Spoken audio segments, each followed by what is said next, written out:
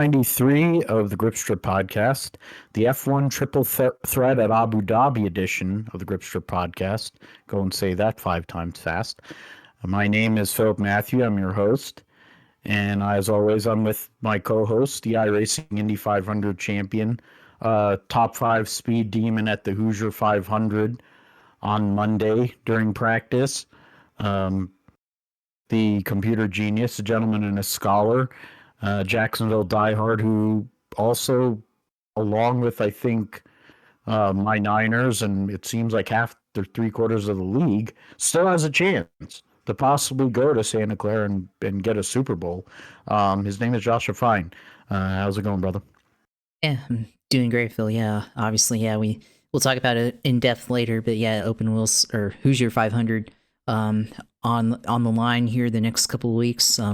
And yeah, posted a second place practice time.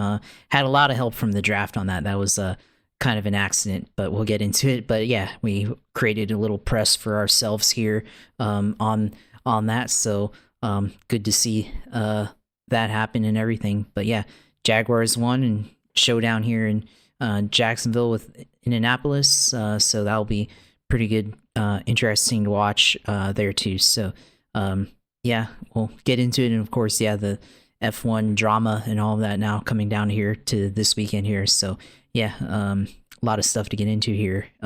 So yeah, ready to get into it. The GSP Honda DeLorean ran real good. Setup was real good. Driver did his part, did his job out there. So I was going through the entry list because I was, Tanner went and liked the post. I went and shared it on the Insta, PG Matthew 28 on Instagram. Because Josh was able to get that time. I mean, you'd already told me that it was draft dated, but I'm like, I don't care. You're second on the board. So, and you're going to get pressed. So it didn't matter. So then we should talk about it. And then, of course, you got I'm curious what the car looks like.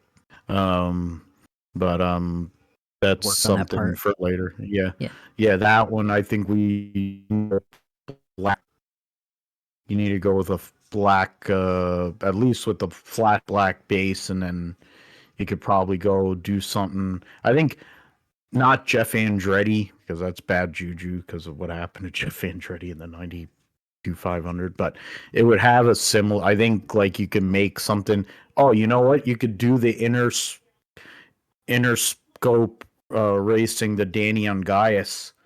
You could do a Danny on Gaius, that Interscope racing car, even though he got, it's another one. He got jacked up, but he came back. But that is a car that has that black base. The color scheme that way. That would be a cool one, because I think there was a Dan Gurney tribute there and stuff like that. So not going to go too far. Don't want to get too far in the weeds here. Got Formula One to talk about. Fishlips wins his 7th race of the year after McLaren figured out a way to give it up.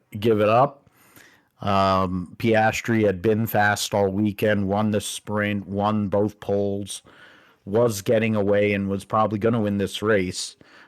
Safety car came out, and that changed a whole bit. We'll talk about that and the points.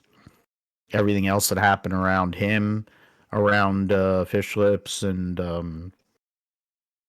everyone, Lando Norris, and the issues that have come from what happened to Kimi Antonelli. Talking about that, so I'll probably rant about Red Fool there. We'll give some news about Red Fool for next year. Talk about NFL Week 13 after the Niners get a big win in Cleveland. Didn't know that not only does Brock Purdy know how to do the two-step in jeans, he also knows how to do the Dougie. That's something, and George Kittle was kind of offended for his boy in the fact that, that people don't give credit to white guys for having moves, but whatever. That's Good on GK. I don't really care what moves he has as long as he doesn't get himself killed like Jackson Dart tried to yesterday on Monday Night Football. But that's beside the point. We'll talk about everything going on in the NFL. We'll talk about fantasy teams. I think we're playing each other.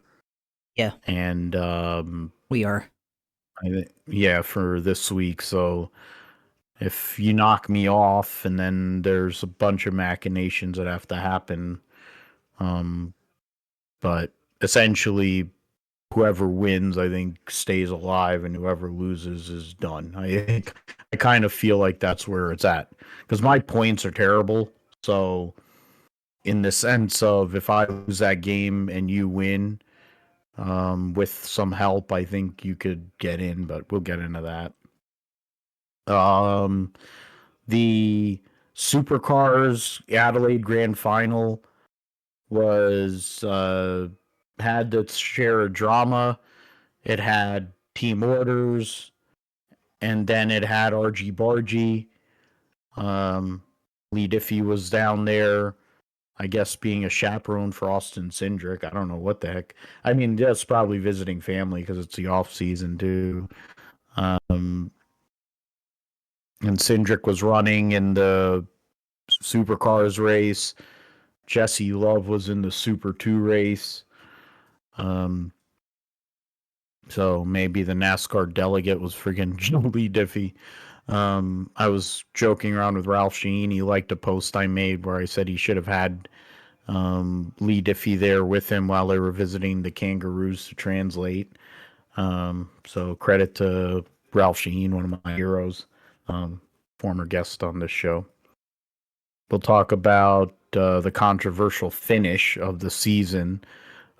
Similar to what happens in NASCAR seemingly every year. Denny Hamlin's busy with a case right now, but I think he'd have something to say about bad ends to a season because of a playoff. Sebastian Ogier joins fellow Sebastian Loeb as a 9-time World Rally champion.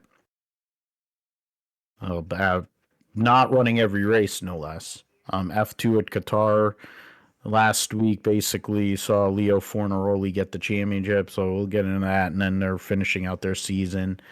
The court case started, so we'll give some updates and a couple of other news items, a couple of scrubs.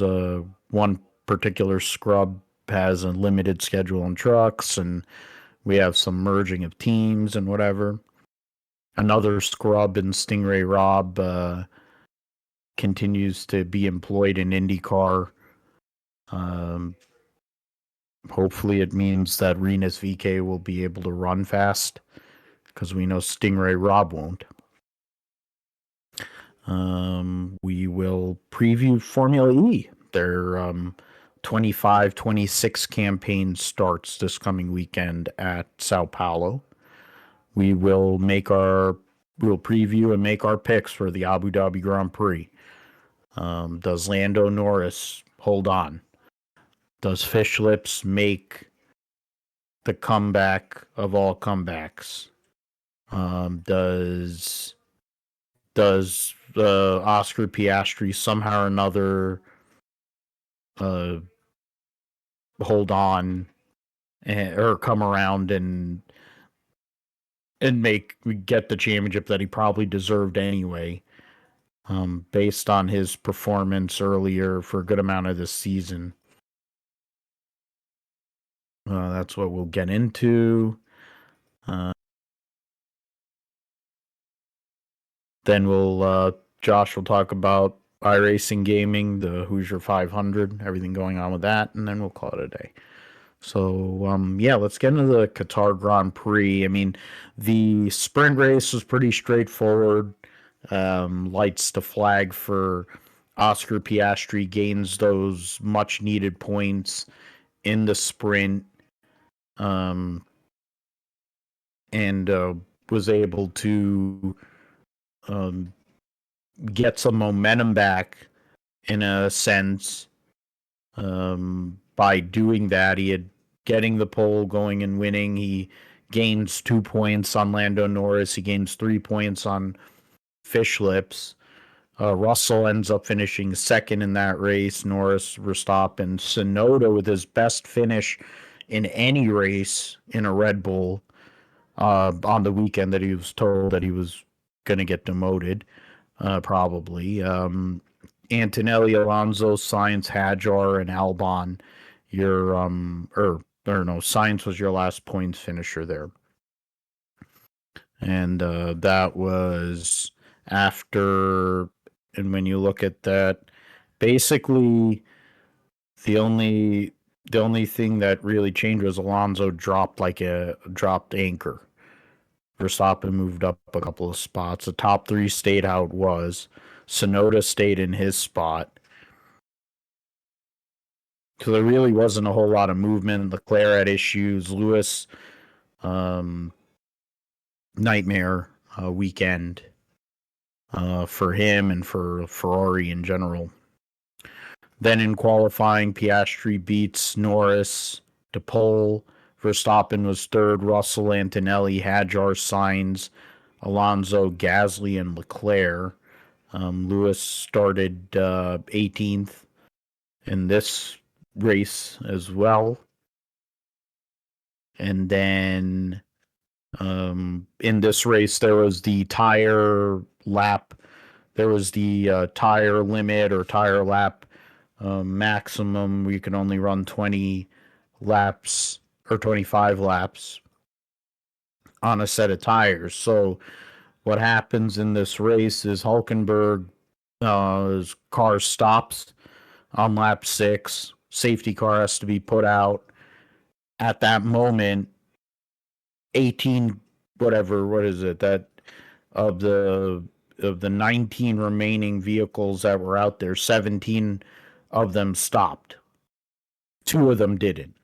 The only 2 that didn't were the McLarens.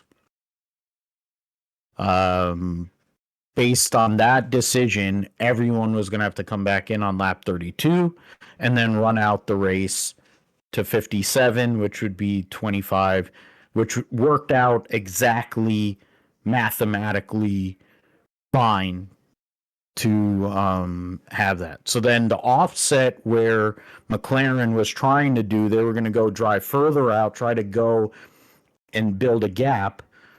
Piastri did as best he could. I think he got out to about 20 seconds or thereabouts. And then he came in.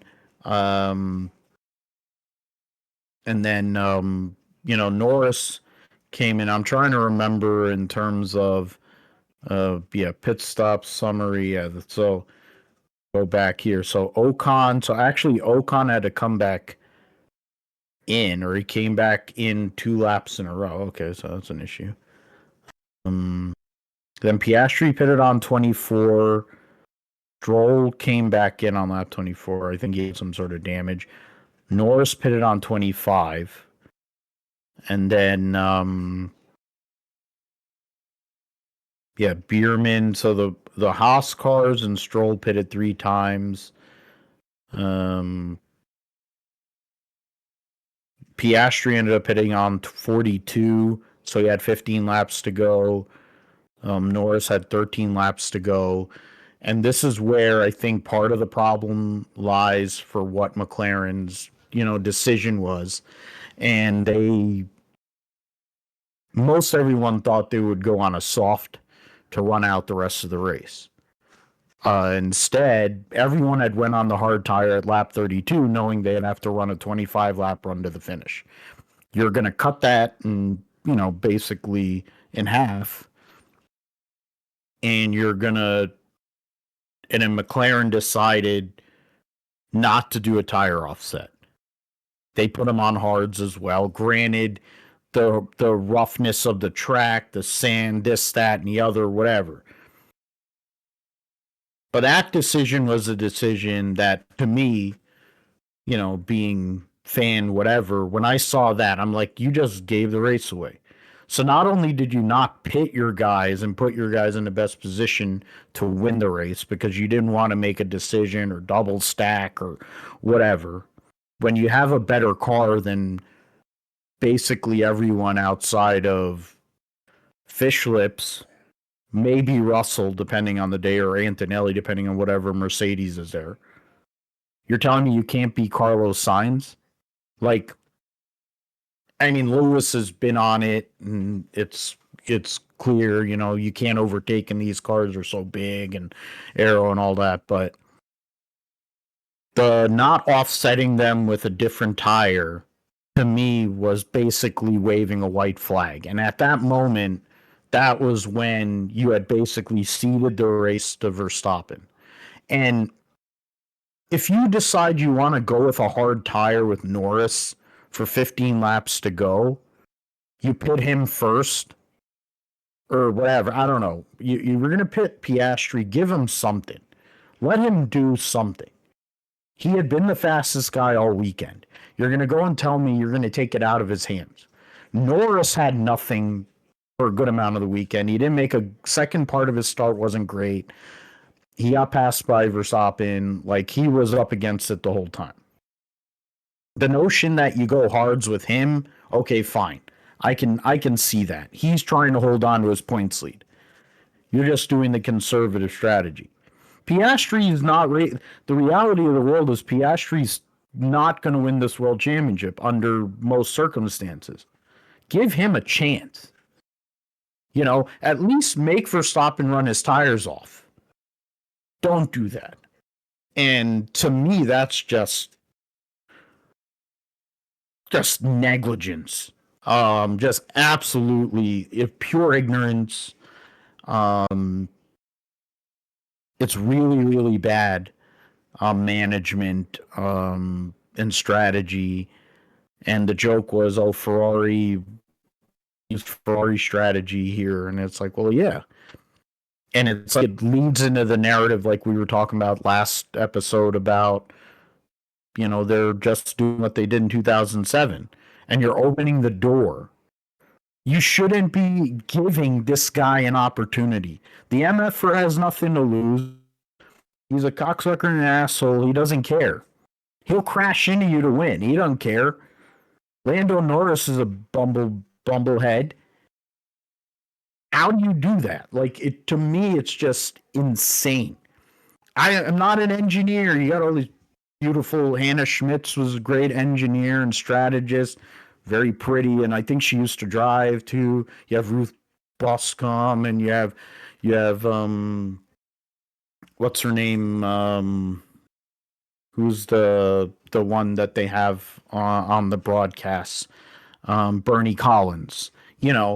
All these great women, and there's other they get the team principals on, whatever, that they know this strategy. And literally they're telling you this strategy. So how the hell is McLaren the only one that doesn't know the strategy?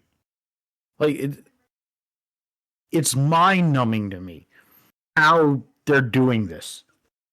And the percentages basically say that they're, even in their worst fuck up possible, let's say they have to replace all their power unit components and all this crap, and Lando has to start tailback. The notion is he's going to get probably up to like sixth on Sunday. So more than likely that should be enough in theory. But we really shouldn't be talking about McLaren having a sweat for this world championship, Josh. This is just really, really bad on the part of McLaren. And it's criminal, I think, for Oscar Piastri. But I think ever since that Dutch Grand Prix, they've been working against him for whatever reason. And now you're putting yourself in a position where you could literally humiliate yourself the same way as they did in 2007. And allow a guy that they just demoted his teammate. They've demoted two of his teammates now. And he's won 7 races in that car, and nobody else can drive that car. He could possibly win 5 consecutive championships, do something that nobody has ever done before, which shouldn't even be in the conversation.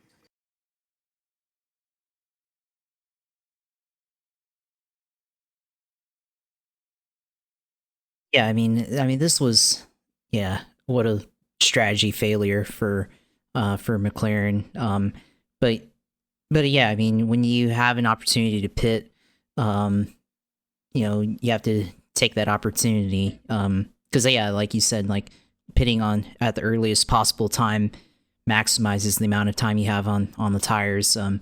And makes the strategy a lot easier to implement there. But I mean, with McLaren, I mean, staying out there and then pitting later. Of course, now you're betting on having a really good car and being able to gap the field enough to where when you actually do have to pit, you don't lose the ground to your competitors, aka Verstappen and Red Bull and Carlos Sainz apparently. So yeah, definitely that was the. I mean, if they went with that decision, then you have to be able to put out enough of a lead to be able to do that. But obviously they didn't, and with the way the tire wear was, then of course you have to decide whether you're going to go on hards or go on softs. And I mean, I feel like with the amount of laps that you have left, okay, they pit on lap 42 for Piastri, and they only go on hards. Like, I mean, you have to take a risk, like to go on softs at that point, because like, okay, I guess Lando going on soft tires or on hard tires, with that much time left, maybe that's conservative to protect him from something. But I mean, you have Piastri, who's nothing to lose at this point. I mean, put him on softs and try something and see if he can make up enough time with the amount of laps that they had left to be able to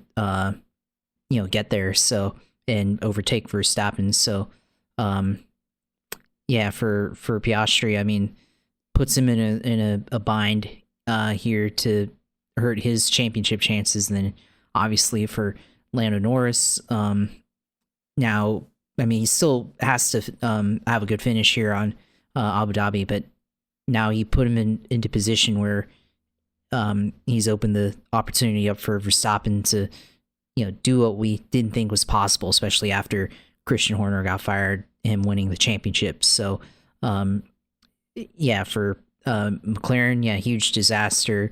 One of their many botches that they've had over the years. So you make it easier yourself and do what everybody else did and pit and just be on the same strategy, or you make it harder on yourself and take the long way around to trying to win this title. And now you've opened up the opportunity for somebody else to win the driver's title. So yeah, for Lando, I mean, obviously he has to finish third here in the Abu Dhabi Grand Prix, but to win it. But I mean, now you have an opportunity where, I mean, we'll get into it later, where that could, I mean, if they have issues, it definitely opens you up the opportunity where maybe he finishes below third, and Verstappen, if they win, which given the pace that they have right now, they probably could win that race.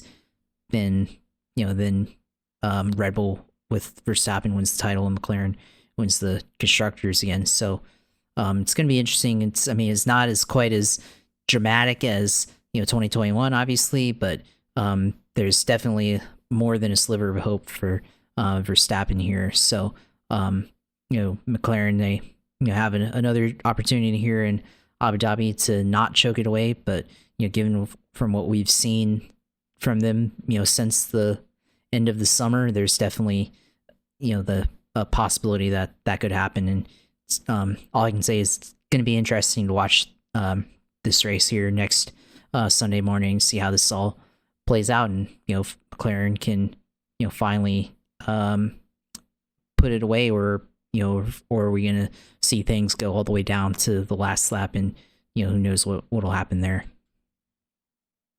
I mean, right now you basically have a situation where Piastri could go and pull what Lewis did in 2016, where he tried to hold up the field and have somebody overtake.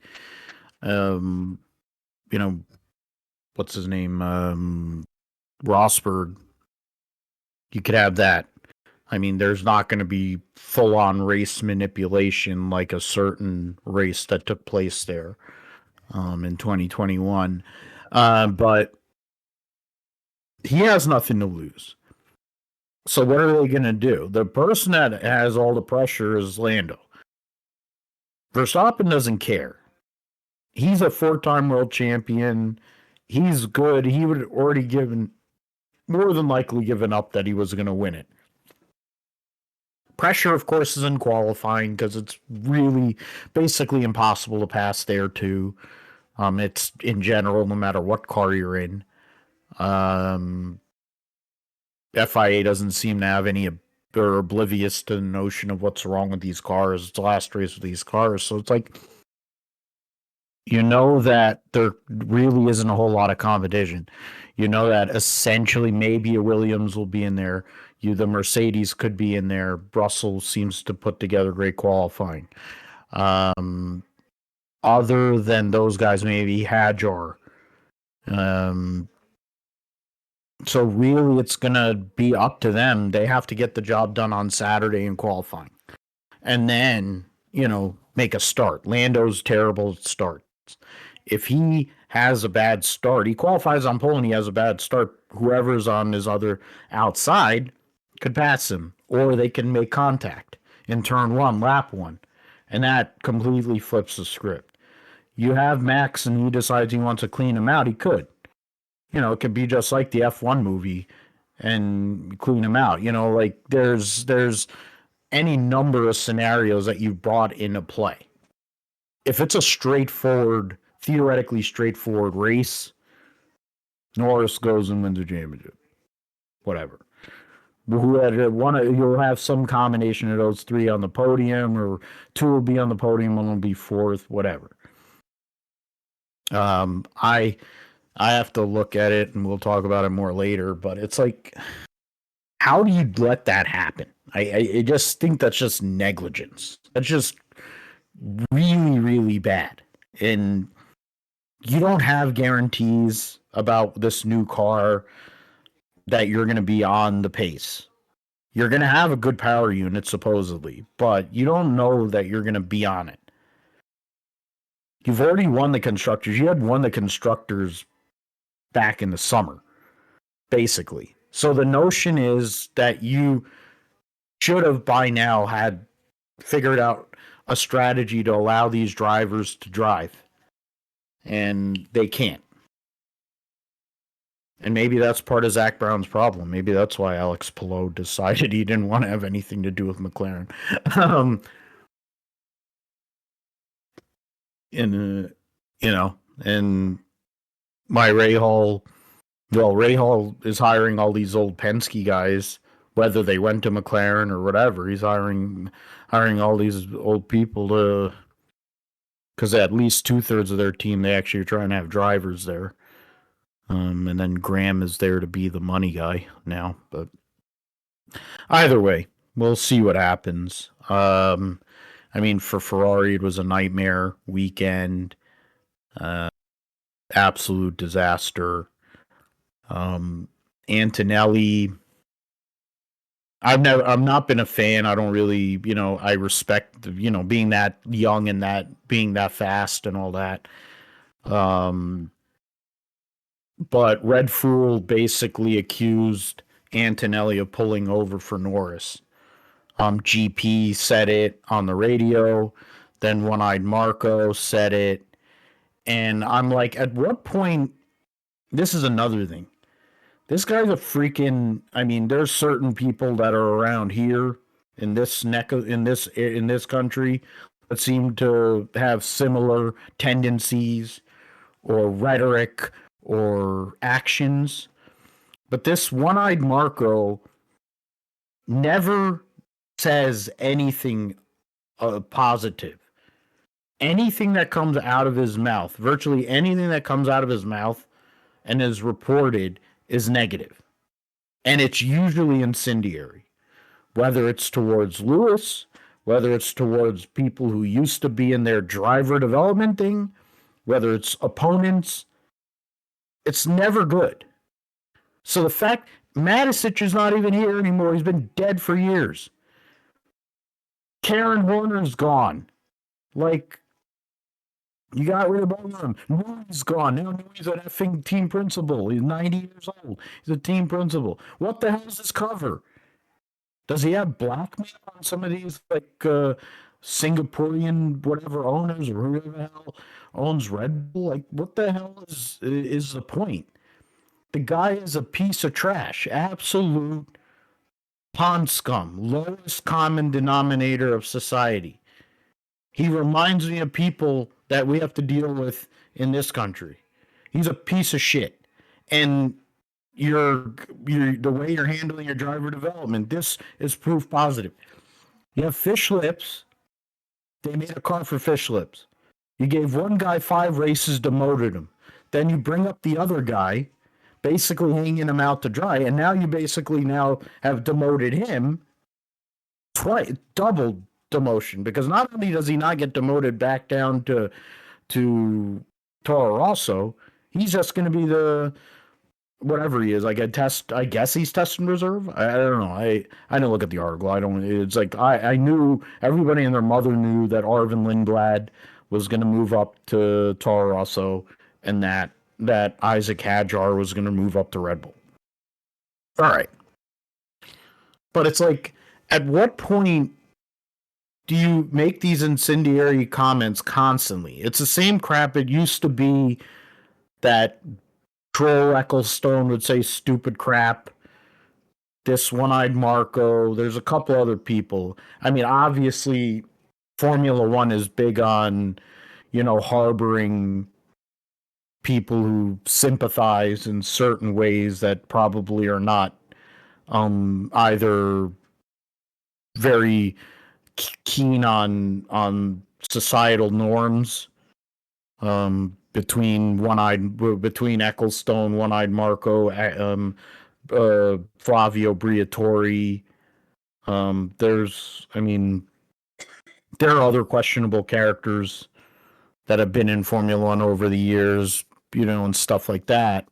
Malia, of course, basically had to run from owning a Formula One team because of the tax evading and stuff. So, it's like, it doesn't really... I get that it's harboring for rich people, and it's similar to how rich people who do fucked up shit get, pardoned and all, and that's fine and well. And it's not fine and well, but that's how it is in Formula One. And it's a pathetic thing.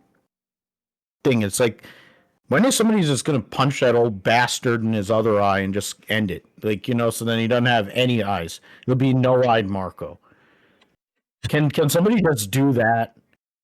Or just somebody punch him in his freaking gullet? And just so then the bastard can't talk? Like, really?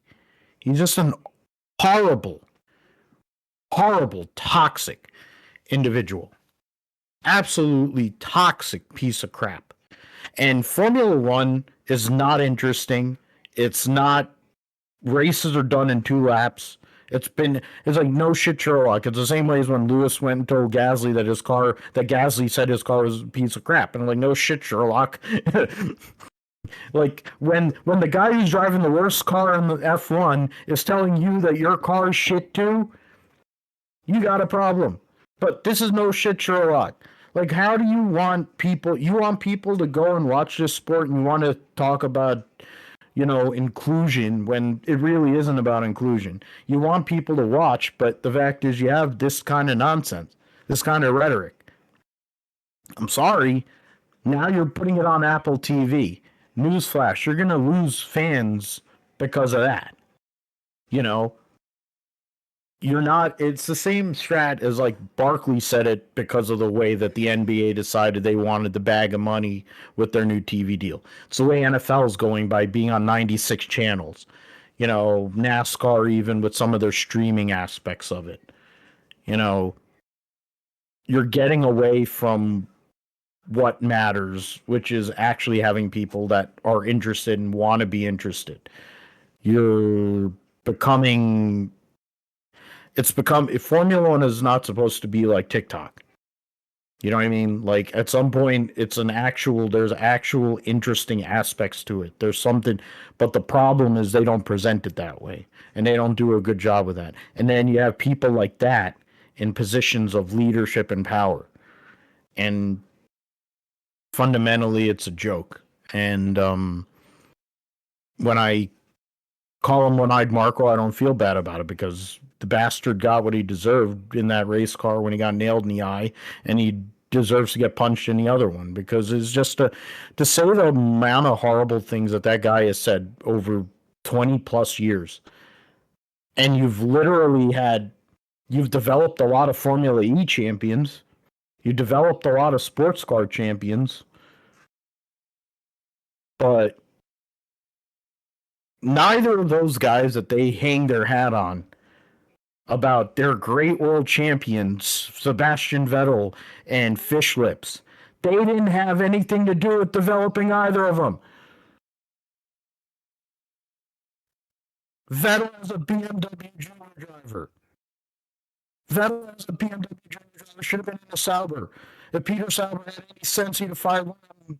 He'd have fired Nick Heidfeld, no offense. But, he'd have gotten rid of him and put Vettel in the damn car. Instead, he was free to be bought out because he had a Red Bull sponsorship, and Red Bull bought his contract out and put him in a Toro Rosso. Fish Lips was 16 years old before they finally put some restrictions in and whatever, and they were able to somehow or another get him a super license somehow, some way. His dad, has for being one of the worst Formula One drivers ever, and an absolute atrocity at being a father, had enough money to go and get this wonderkin through. They give Red Bull support, money, whatever, put him in a damn Toro Rosso for a couple of years. This notion that their driver development program, this vaunted driver development program. What's your success story? Daniel Ricciardo? He's retired now. That's it. Daniel Ricciardo. And some guys that went to Formula E. Carlos, you're going to hang your head on Carlos? You dropped him like a bad habit. Carlos drove for 18. He's driven for 5 or 6 teams already, right? So he was like, but Toro Rosso, he drove for McLaren, Renault, Ferrari. So no, he's on 5. This is on his 5th team. He's driven for half the teams in Formula One. But he won for one of them. He was competitive for 3 of them, or for all of them in some way. And now he's got Williams 2 podiums, which is 2 more podiums than the guy that replaced him, who happens to be a 7-time world champion with more wins than anybody. Fish Lips won his 70th race. When I heard that, I'm like, Jesus, that is crazy. But then he won 22 races or 23 races the 1 year, so that helps too. But yeah. So yeah, all right, that's my soapbox. So that I'll get off that, and then the points, 12 points. Fish Lips is behind Norris, and then 16, yeah, for Piastri.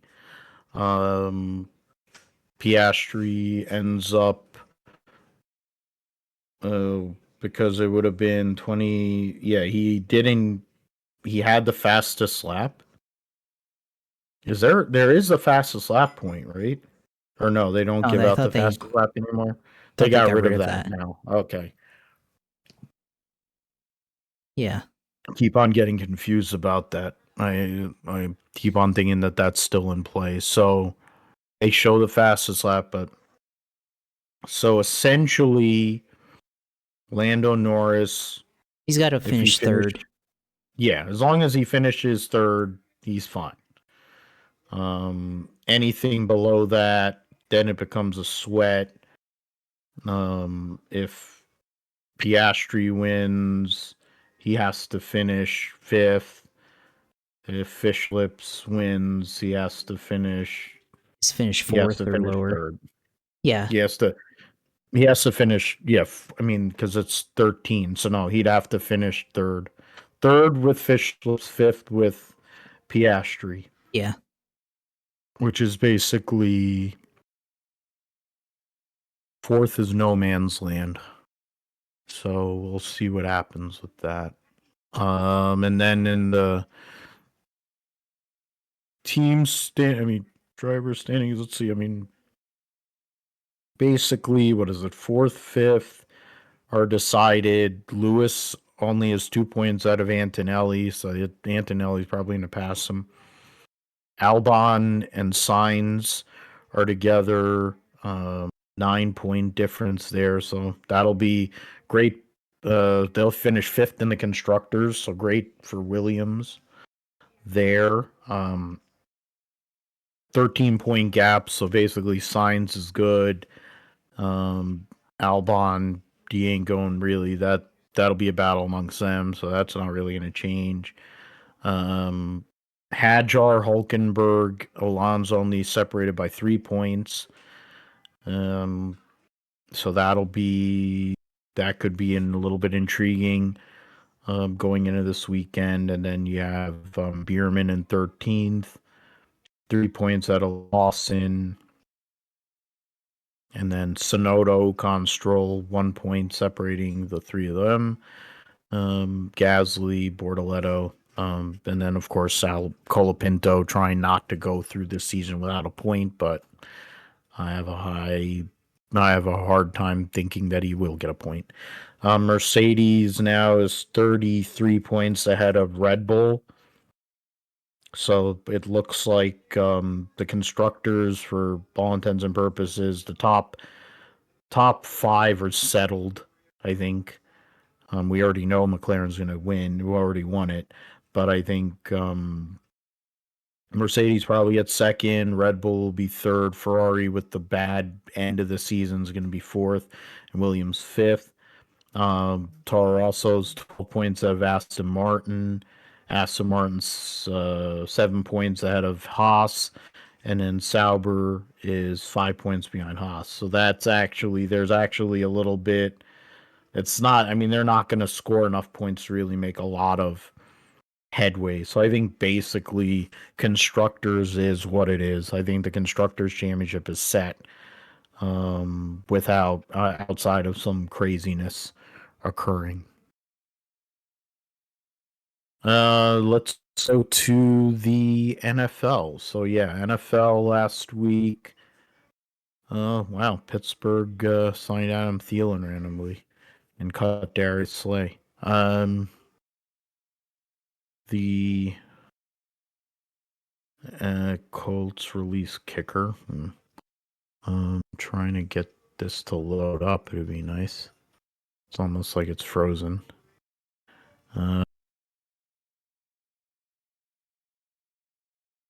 Okay, there you go. Shane on being. Yeah, Shane should be accountable for it because he's part of the problem. He's part of the problem.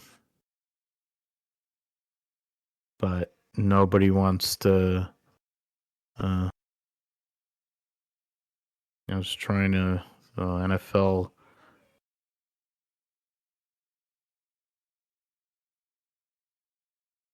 All right. I'm just going to. I was trying to go on NFL.com and get the whatever NFL standings. So yeah, there you go.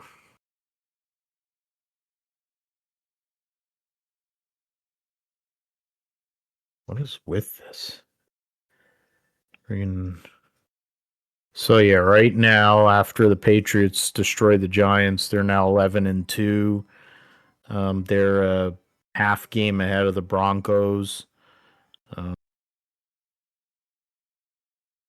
It'd be nice to get a better breakdown of the records, but Bills are 8-4. Ravens, Steelers tied for the AFC North. The Bengals are only 2 games back. Jags and Colts are tied for the division lead. Now with the Jags on a 3-game winning streak, the Texans are on a 4-game winning streak, getting CJ Stroud back, and they're a game back. So that's a huge. That'll be interesting. So right now you got 3 teams in contention there, 3 teams in the North, 2 teams in the East. So 6, 8, and then you have another 3 teams in the West, with of course the Chiefs at 6-6, right on the absolute borderline They're 1-5 away from Arrowhead, which is big. 2 games behind the Chargers. They lost to the Chargers in Brazil earlier this year, and they're 4 games back of the Broncos. So they're not gonna. The division's done. So, 6, 9, 11. So 11 teams for 7 spots in the AFC. In the NFC, the Eagles are 1 game ahead in the loss. So they're basically like 1.5 games, 1.25 games, whatever, ahead of the Cowboys. Bears, Packers, Lions separated by 2 games. It's much closer. I think it's like a quarter game, I guess is what it is. It works out to be, or half, not even a half, because it's 1 win and I don't know how that machination works, but Bears are 9-3, Packers 8-3-1, Lions are 7-5. With the Buccaneers and Panthers, it's very close in the South. Same number of wins, 1 loss is the difference there. Panthers and Bucks, so that 2, 3, 5, and 2, 7, and 3. So 10 teams still. So 21 teams out of the 32 are still in contention here going into this last month of the season. Rams, Seahawks tied at 9-3. The Niners, with their win, were 9-4, so they're half game out there. So it's crazy to think where the play, like that, where things are at the moment for the playoff standings. But I mean, you look at last week and what took place. I'm trying to get the schedule from last week. That'd be NFL innings, games. So last week was of course with Thanksgiving. You had a bunch of games early. On Thursday, the Packers beat the Lions. Then the Cowgirls beat the Chiefs. Then the Bengals beat the Ravens. So those are the 3 Thursday games. The Black Friday game, the Bears go into Philly and beat the Eagles. Then on Sunday, Texans beat the Colts. Dolphins beat the Saints. Jets get their second win of the year over the Falcons. Mentioned the 49ers and the Browns. Carolina beats the Rams. Jacksonville destroys the Titans. I'm glad I didn't even think about playing Cam Ward. Buccaneers end up getting a close win over the Cardinals. Seahawks blank the Vikings. Bills get 26 unanswered points and beat the Steelers on the road. Chargers beat the Raiders. Broncos and OT beat the Commanders. So that was, I don't know. Okay. And then the Patriots would beat the Giants on Monday Night Football.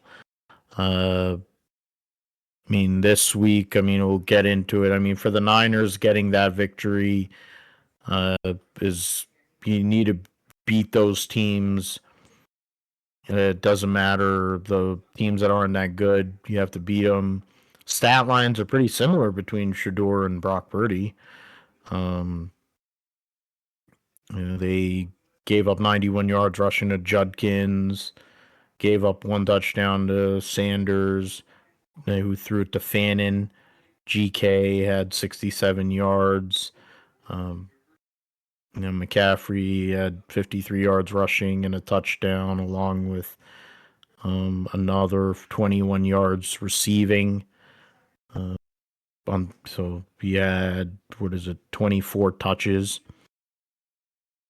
And then Brian Robinson had 26 yards. You had, I didn't know McCaffrey even threw a pass. Goddamn. Yeah, Kittle is the leading receiver.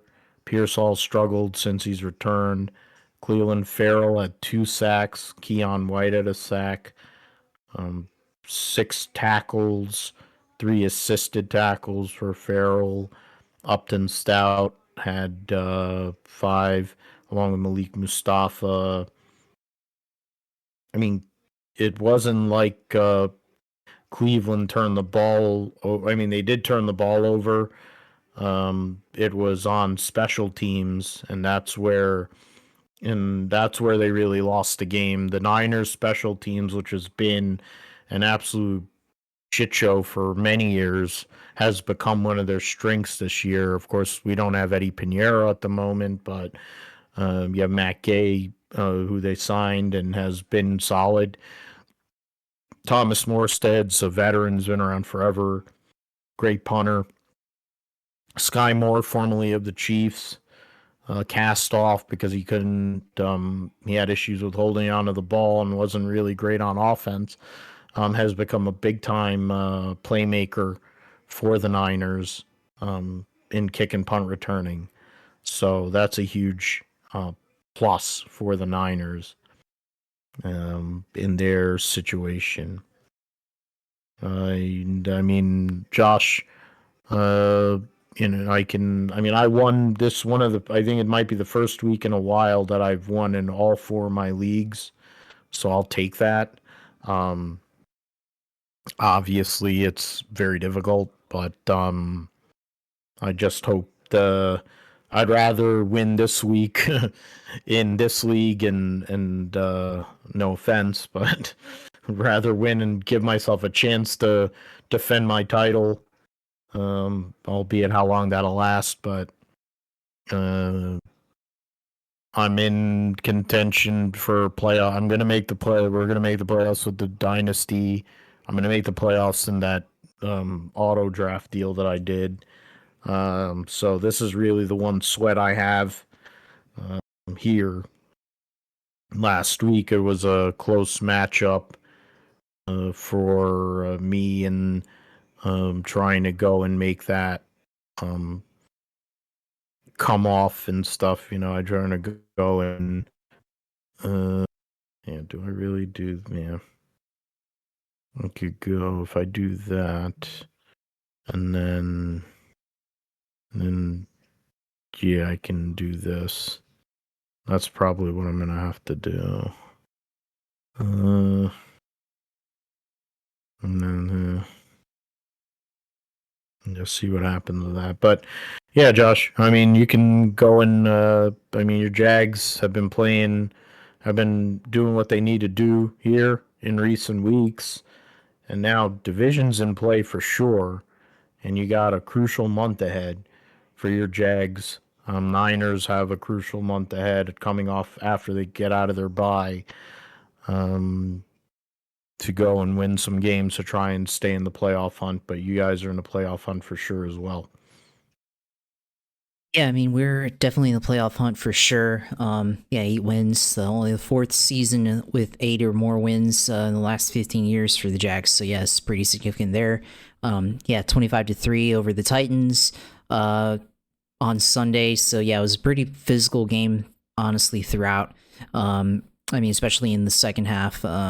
The Jags, never in question was the game gonna swing back in the Titans' favor, but as soon as Trevor Lawrence got 2 touchdowns there, basically the game was over. They're 15-3 in the first half, and then 18-3. Roughing the passer led to that field goal before half. Arden Key, who apparently used to be on the Jaguars in 2022 and said he had the key to the city because they helped get the Jags back on the map, but then didn't re-sign in 2023 and signed with the Titans instead.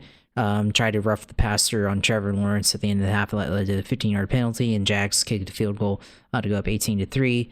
And then, second half is basically just maintaining that lead. Physical, a lot of fights in the second half. Special teamers punter Logan Cook starting some fights and getting into it with people. I like that.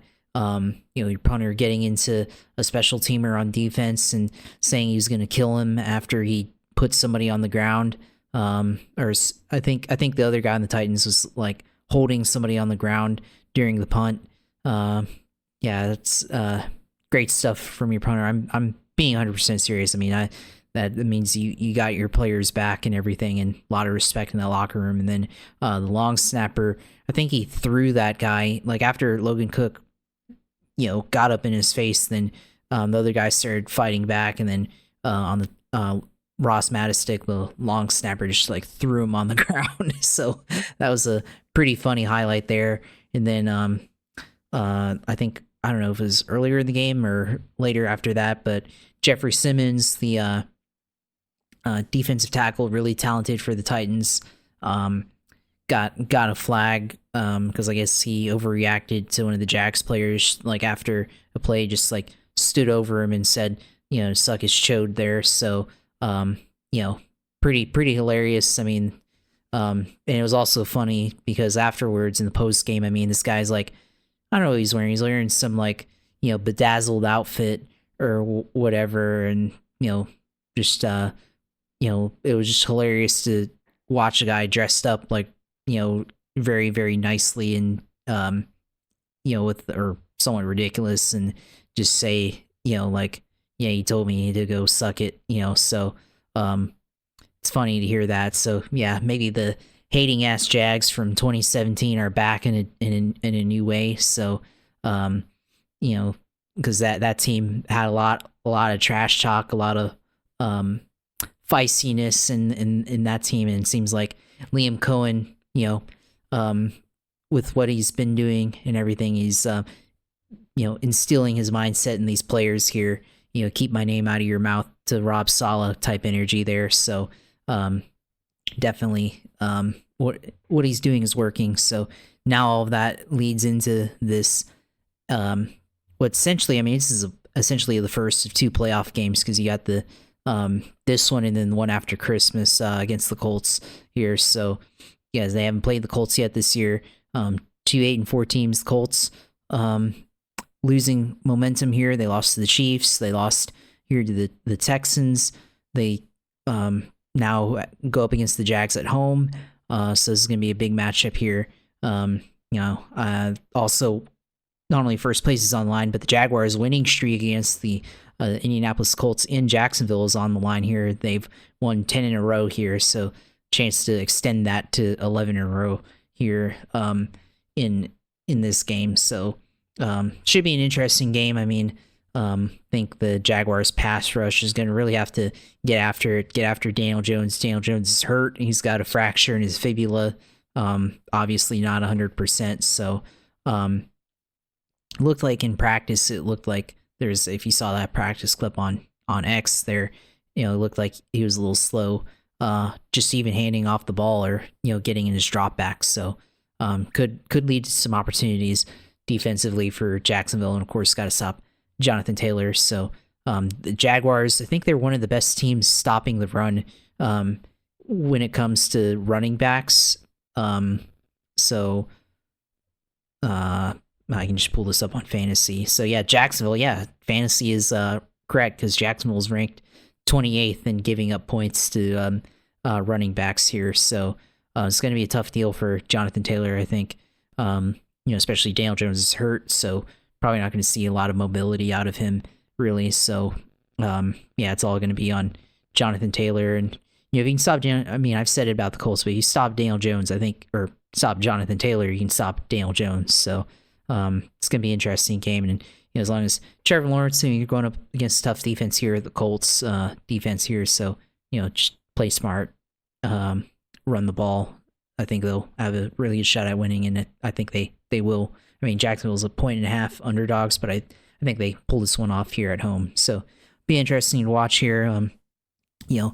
What's funny about all of this is that, and I told you offline, but I'm going to the Buccaneers game with some friends here, so they're all like Bucs fans. We made this decision back in May, so this is like, hey, let's go to the Bucks and Saints game in December. I'm like, yeah, sure, why not? And then, this season happens and the Jags are, sitting on, precipice of, I mean, they're in the division lead right now by tiebreaker, but, they'll affirm that if they win on Sunday. So, I guess as good as sold my ticket or whatever, but, I'm always down to go, hang out with the boys and everything. So, that's part of it. So, I guess I'll have my phone on Stream East or something, trying to watch that live stream of that game. So we'll see how it goes. As go to that game and I guess be entertained. But I guess fantasy wise, for me, I mean, so I know you said you'd like to win, but so I'll tell you from my point of view, if I make the playoffs, you'll make the playoffs, because there's no other way where it could work out where, because there's really only like one pathway for me to win, so or to make the playoffs. So if I make the playoffs, then you'll make it, because for me to make it in, I've got to defeat you to put me at 6-8. Then I also need Luke to lose to put him at 6-8, and then I'll need Steve to lose against Manny to put him at 6-8. And as long as I score, so I have, according to the standings, I have points scored on the total season. I have 2548.71. Steve's got 2531.91. So as long as I maintain that 12-point lead, which right now projected at 197, and that's with having my defensive lineman on a bye, so I'll have to fill that hole for that. So that'll increase that, and he's projected right now at 173 with his second quarterback on a bye. So it's gonna be tight, but I definitely have it, at least right now, I have a 12-point advantage. So if those play out, then I'll make the playoffs and then you'll make it, because on tiebreak, like, there's no other way where a 7-7 team would exist, because in that scenario, Matt, who's 7-6 right now, he'd go to 8-6 if he wins against Luke there. So you'd be the only 7-7 team in that scenario. So you'd still backdoor your way. Obviously, the best way to make it would be to win for you, but you still backdoor your way in by losing to me. So that's the scenario for me as it stands. So Very convincing. I had a salesman who was trying to convince me to set up an appointment for windows and stuff earlier, but I have to say your pitch is way better. I gotta say, I'm like, this actually doesn't sound so bad. Like, if I go and take a dive here by chance, don't take a dive. I'm not taking a dive, because we already talked about collusion in the chat, but and colluding and all kinds of. I'm the one who wanted to talk about that about a half hour ago, about other people and other things, but I keep it competitive. Of course, we try to fight as best we can. You get me, and I still can make the playoffs. I'm all right with that. That's fine. Considering how bad this year has been for me in fantasy, my title defense has been mediocre. Wilson is melting down, but I gotta say, that is a great pitch, sir. I'll let you go and keep going with that, but I had to give you credit on that for sure. No, absolutely. But I mean, the projections right now, I mean, for the other two games that are dependent on me, so Manny versus Steve, Manny's 216 right now to 173. That's a 73% chance of winning to 27%. So that game, if everything stays as is, obviously he's got to fill in his quarterback for Steve. But I mean, even Manny's already projected at 216. So, if that stays as is, that'll, take care of itself.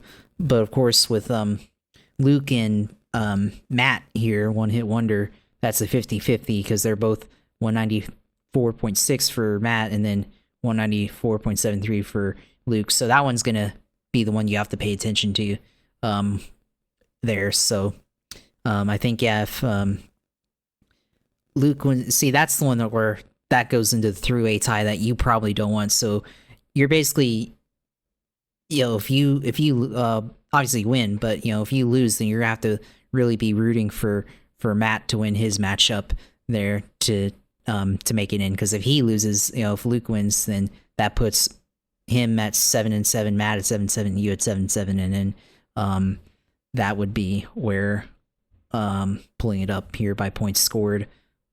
Yeah, because you're last in points scored, so by a full 150 points at 175 points. So and I think you're down like 230 points to Steve. So yeah, that's where the tiebreakers. That's what you don't want. So yeah, I mean, obviously, go and win. I mean, listen, I mean, a couple weeks ago, I had my matchup against Wilson, and I think I was projected by like, I had like a score of like 215 or something, and Wilson was like projected to have a 181. Well, we finished with like the complete opposite, and I had like 160 something or 150, and Wilson ended up having like 230 or 225, or I just pull it up here.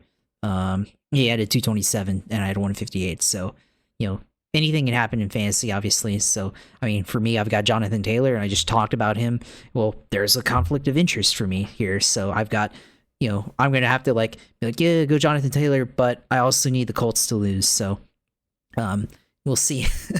We'll see what happens there. So, yeah, it's going to be interesting playoff wise for us. And then, yeah, for the NFL, there, of course. I mean, I think the Steelers probably have a losing record here from here on out. The rest of the games, I think the Ravens win their division there, but they're not playing good as well. So it's gonna probably come down to that last game. The Colts, I think the Colts probably have a good chance of losing out, actually, given the games that they have left on their schedule, or at least going like 1-4. I think because they have the Jags. I think the Jags can sweep them, honestly. Then they got the Texans, and they got the 49ers and the Seahawks. So yeah, so they can easily go 0-5 to end the year, and I think completely miss, because that would put them, they're 8-4 right now, so that put them at 8-9 losing season. They'd be out. So could see that happen. The Texans make it in that scenario there. So yeah, I think that covers that there with the playoff scenarios. So it's going to be very interesting to watch, at least in the AFC. I mean, NFC is still pretty tight too. So yeah, but it'll be interesting to watch there. And of course, our league, my other league, of course, that I'm in, people at work, 5-8 now and have been eliminated. So from the main playoff brackets. So yeah, I scored like 50 points here this week. So very brutal on that one. But don't really care as much about that one. It's more for just bragging rights. Obviously, money is on the line here in our league, so obviously care a little bit more about that one. So yeah, I mean, fun times here in NFL. Definitely, yeah, be interesting if we end up having a Super Bowl matchup here, and you guys will be the second team to play a home game for a Super Bowl. So very interesting to see how that would play out. Yeah, we need to. That would be a manifest, because you got the money. You could probably afford Super Bowl tickets. So then we could go to the Super Bowl again, and we can go and live cast it or some shit. That would be something. He's like, oh yeah, you've gone to one pro football game in your life. No, I've gone to 2 pro football games. Oh, Super which Bowl. games are those? The Super Bowl. But we'll see. That's what I'm trying to do. If nothing else, if we're gonna have how crazy this season's been, if you make the playoff by winning and whatever this week, I'd rather more than that. I'd rather just manifest a Niners Jacksonville in Levi's Super Bowl. That would be insane. Because of how many people in the media would be so butthurt about it. That would also make it great too. Because you have half of the Niners defense is dead. You have no wide receiver. I mean, the number one wide receiver for the 49ers has gotten punched in the nuts by a Carolina safety a couple of weeks ago. Then Shelby Harris this past week on Sunday went and called him a hoe and said that he understands why he got punched in the nuts and he should be punched out in the jaw. And he's surprised that nobody's punched him in the jaw. So, and I loved how Rich Eisen went and said he went and referred to Jawan Jennings as a garden tool. I'm like, you fucking guy. He called him a hoe. That's not what he didn't call him a garden tool. I need to go on. He might. I mean, he might be calling him a tool. Yeah. See, now I have to go on. What is it called? What's the website? Yeah. Meaning. Um. I mean, um, Urban Dictionary. All right. Yeah. All Yeah, right. you already There you said go. it earlier. Yeah. Yeah, I was trying to remember. So the oh man, I should read all these different. There's how many different? There's 5 pages of definitions for. Oh my god! Like, oh no, there's Okay, there's 700. Oh wow. Okay. Gotta. Yeah, there's 700 pages. Okay, I'm not gonna do that. Yeah. It's probably not good for the show. Yeah. Wiktionary. All right. So, all right. Noun, agricultural tool to level ground. Insulting term that describes a sexually promiscuous woman. Sexually promiscuous. Okay, so I don't know what. Oh, my thing is, that's what I don't understand. I've never heard anybody like a guy call another guy hoe. So the fact that Shelby Harris did that, and it's not just the fact that Jawan Jennings is on the Niners and whatever, but like, I'm like, man, I don't know what he said. He must have said something about someone's ancestry. It must have been similar to what happened when Kale and Donnie had their fight in the 79 Daytona 500 because the late great Bobby Allison always says that I was going over there to check on Donnie.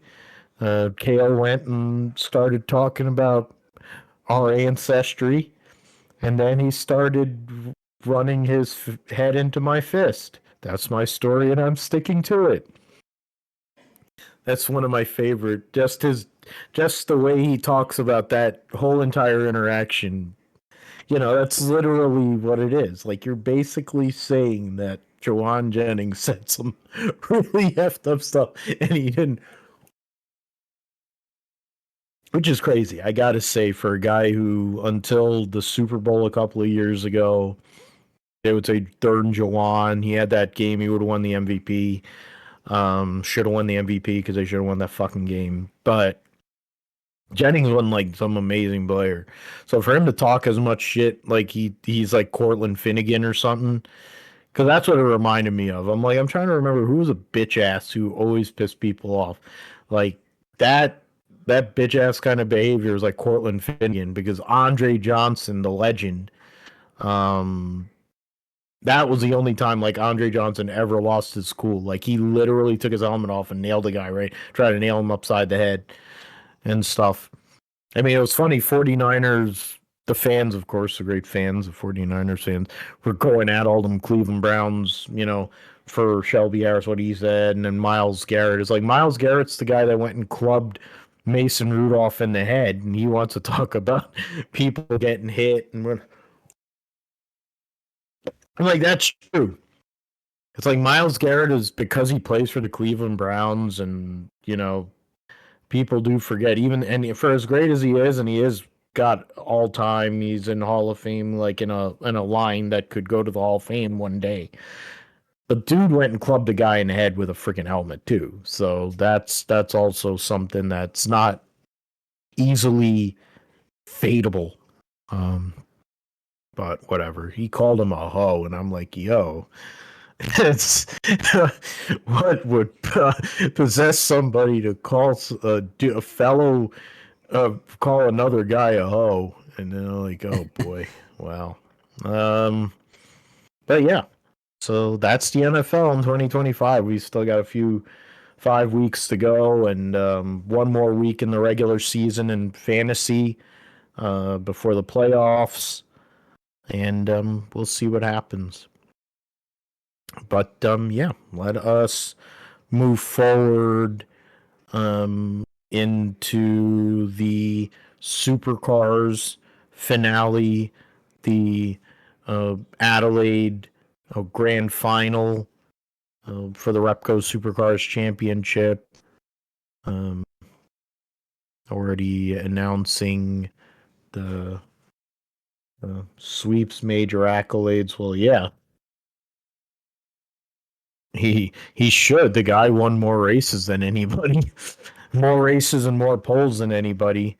But in the end, Chaz Mostert, with his performance over the weekend in the 3 races at Adelaide, wins his first career Supercars championship. And when you think about his career, he's won Bathurst, and he's been one of the fastest guys in that championship for a long time. And we talk about, of course, SVG. We talk about Scotty McLaughlin. Those 2 guys now are here plying their trade in the United States. But they had to battle guys like Chaz Mostert to get that done. And for Mostert to come through in the playoff, not Joey Logano, because people are making that comparison. I know, I forget, Break Hard on Insta was trying to talk about it because of how bad it looks. Because his teammate Ryan Wood, Mostert's teammate, got into Brock Feeney in the final race. And then Brock Feeney had other issues as well, mechanical issues that in the end relegated him to not only not finish second in points, he ended up finishing third in points behind his teammate and defending champion Will Brown. But I was and I was having this conversation with Jawad, one of the guys I've done Grid Talk with before, and I was like, the comparison would have been like for how everyone hated Logano winning, or like how he made the comment about Jesse Love winning, and I'm like, oh yeah, he only won 2 races the whole year, but he won the 2 that mattered the most, right? He won the first race of the year at Daytona, and then he won the last one. So in theory, when you think about NASCAR's whole entire thing, if you can just get yourself through the playoff, you win at Daytona, you're locked into the playoffs, and then you put yourself in the right positions with points and all, and you win Phoenix, you're good too. And in next year it's Homestead, but in this case, Mostert had to go and perform over 3 race weekends or whatever, and get the job done. Yes, it doesn't look great. Ryan Wood was another one that was getting a lot of hate in the social media, thinking that he did that intentionally. I don't think that that's how he races. I mean, he's trying to go for a race win. He's finished 10th in points. He's someone who's won a race and stuff like that. He's not trying to adversely affect a championship, but in the end, Mostert had been the most consistent and most competitive of the 4 in that grand final. Doesn't mean that it's right. I mean, Brock Feeney won 13 races and 17 poles. I mean, that's insane. And now that he's a part of the Ford camp, I can go and root for him. So, yeah, Brock, go and destroy everybody next year, just as a big F you to everyone. And just hope that the playoff doesn't fuck you over like it's fucked people like Connor Zilich or Corey Heim, I don't know how many different times, or Denny Hamlin, how many different times, or whatever. But yeah, Mostert over Brown, Feeney, Kai Allen. The Endurance Cup champion was Matt Payne, should have been in that, but then he struggled in the playoff. So, Yeah, so a lot of changes coming next year, of course. Brock or Mostert and Ryan Wood will be part of the Toyota camp next year. They'll be the lead team of Toyotas. Red Bull, 888, Red Bull Ampol Racing 888 will be will be the lead Ford team. So the Team 18 is going to be the lead Chevrolet outfit, so that's interesting. And then you got Brad Jones Racing going to Toyota. So a lot changing going into 2026 in the Supercars Championship. Some driver news and stuff as well, but we'll see what happens. So we'll Penrite Racing. So is that for real? Will Davison is actually gonna. He retired from full time. Ah, has scored a drive with reigning Bathurst and seen Garth Tander retire. Recent on Tim Slade. So Davison, James Courtney, Nick Percat. Oh, Nick Percat's going to join Red Bull. Oh, wow. Okay. All right. So Will Davison will be a part of the. We'll go and. Oh, okay. Interesting. Kostecki. Well, is it really a bombshell if he wants to stay with DJR? He sees that he wants to stay in Australia. I don't think it's that. So, all right. More reading to do. We'll talk about it more in detail next week. In World Rally Championship, something that was, I was shocked when I saw that Mostert ended up winning the championship. In terms of the WRC to see what happened at Rally Saudi Arabia. I mean, Thierry Neuville, in his last race as world champion, wins the rally. It was a hardcore race. It probably could have went or should have went the way of the Ford. Man, Nasser Al-Attiyah, look at him. He actually got a top. An Indian driver was in there. Damn, in WRC3. There was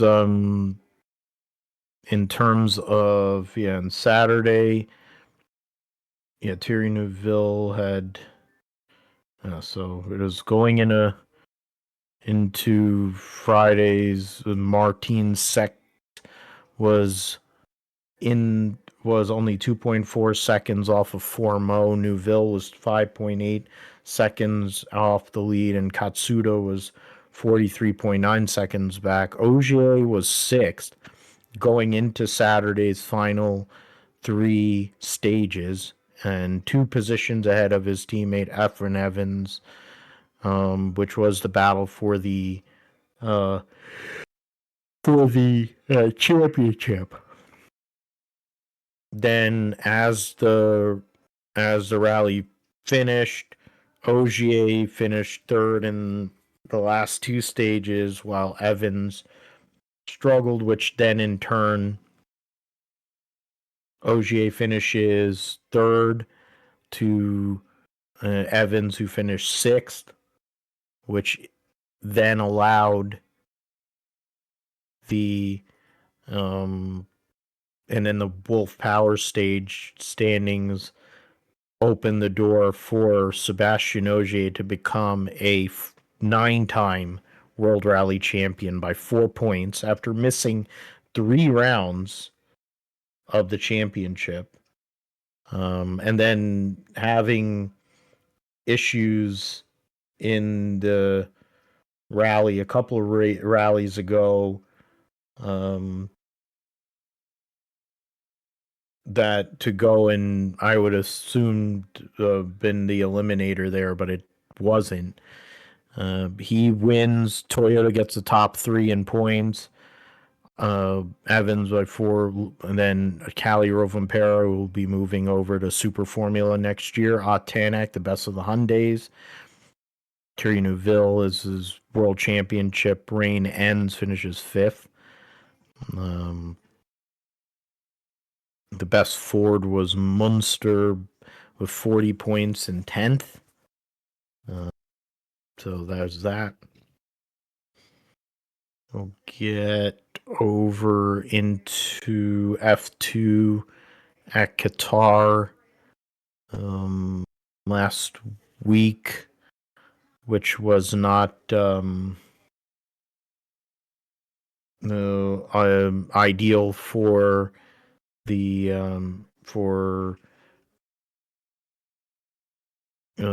what do you call Jack Crawford in the sprint race. Saw Richard Vachor beat Joshua Dirksen, Villa Gomez, Sebastian Montoya, Alex Dunfornaroli finishes 6th. Stenchorn Jack Crawford ended up 8th. Beganovic was 9th. Nicholas Soloff was 10th. Kushmini DNF'd. And that was, so that was the sprint. And then in the feature race, Victor Martins gets the win over Fornaroli. Dunn, Lindblad, Montoya getting another top 5. Vachor finishes 6th. Soloff, Stanek, Beganovic, Browning, and Jack Crawford outside of the points. So unfortunate for him. The standings heading into brutal weekend, outscored 24-1 or 23-1. And now Jack Crawford actually is in a race. I mean, the championship's basically over. It's 40. It is over. Fornaroli's won the championship. 41 points ahead now.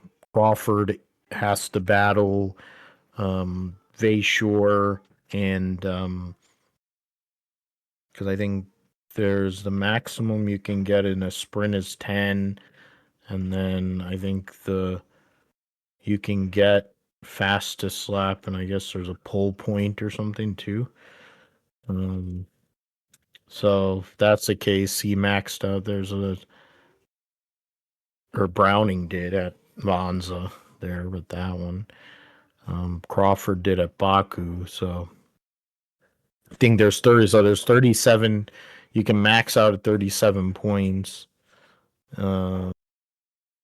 So he's tied with Vachor for second. Browning is 8 points back. And 30.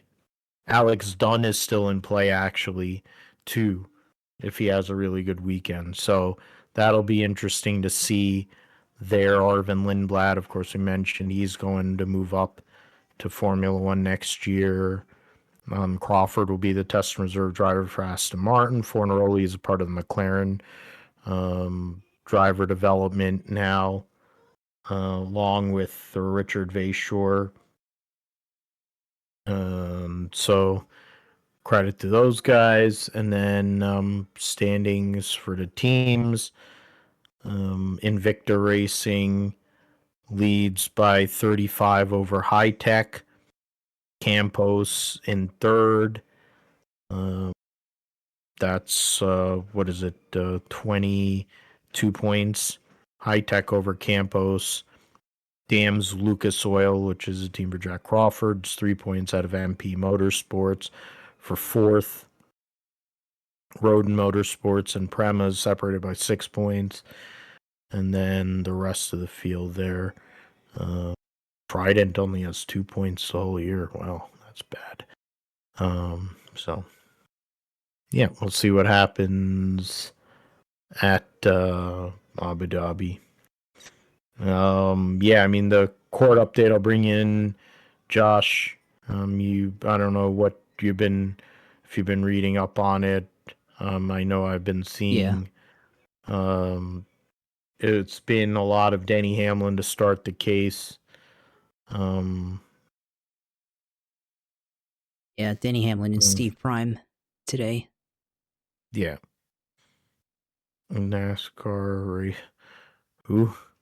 who wrote this article? NASCAR. Oh, it's a NASCAR. What is that? What did that say? NASCAR racer turned curmudgeon. Who? That's a way to. That was the NASCAR Wire Service wrote this article, and they called they called one they are quoting, I guess. Um, Further, Hamlin opined on a podcast with former NASCAR racer turned curmudgeon Kenny Wallace that the Gen 7 car, portrayed in a lawsuit as burdensome the racing, was actually a net positive for the sport.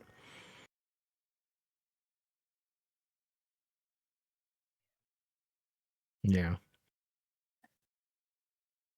I don't know. I mean, What is I was gonna say like, I mean, it's 2 days in. I mean, they've only had two witnesses so far. I mean, Denny had like 4 hours across 2 days, and then Steve Prime had like 3.5 or something like that. I'm not gonna like opine on the actual like what's been said because I think you can look at what other people have reported already. But I mean, it's gonna come down to what the jury thinks of this deal.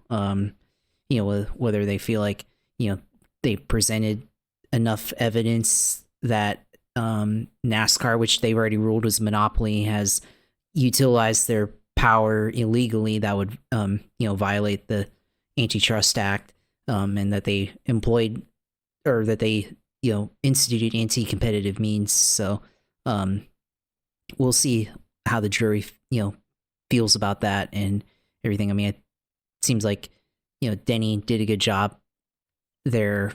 Steve Prime, I don't know as much, but one thing that they did mention that I'll mention, I guess, here is that I guess they mentioned that Denny like said that Geico, like NASCAR pulled Geico away from Germain and they took him in as a series presenting sponsor.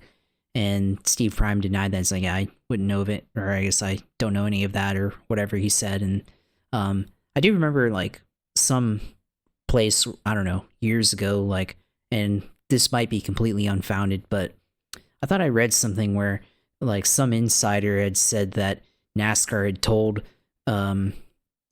Lowe's to like they redirected Lowe's from sponsoring the 31 car at RCR and redirected them to Hendrick to sponsor the 48 or something, and that so NASCAR has like that influence to sponsor for sponsors to sponsor cars so that they want to sponsor or something like that. But I don't know how true those claims are, and it was said by somebody on like one of those like old Facebook pages that we were both on back in the day. So I don't know how true that is, but it's worth mentioning. And I guess given what has been said, I guess that kind of makes sense, and it's not completely untrue that could happen, or not impossible that could happen. And then they talked about the talking points and all that, and people have come out of the woodwork and said, yeah, NASCAR, the secret fines, whatever, that stuff, people being told by NASCAR to say positive things, numerous reporters and stuff. Like, I mean, Weaver's gone on the record and said that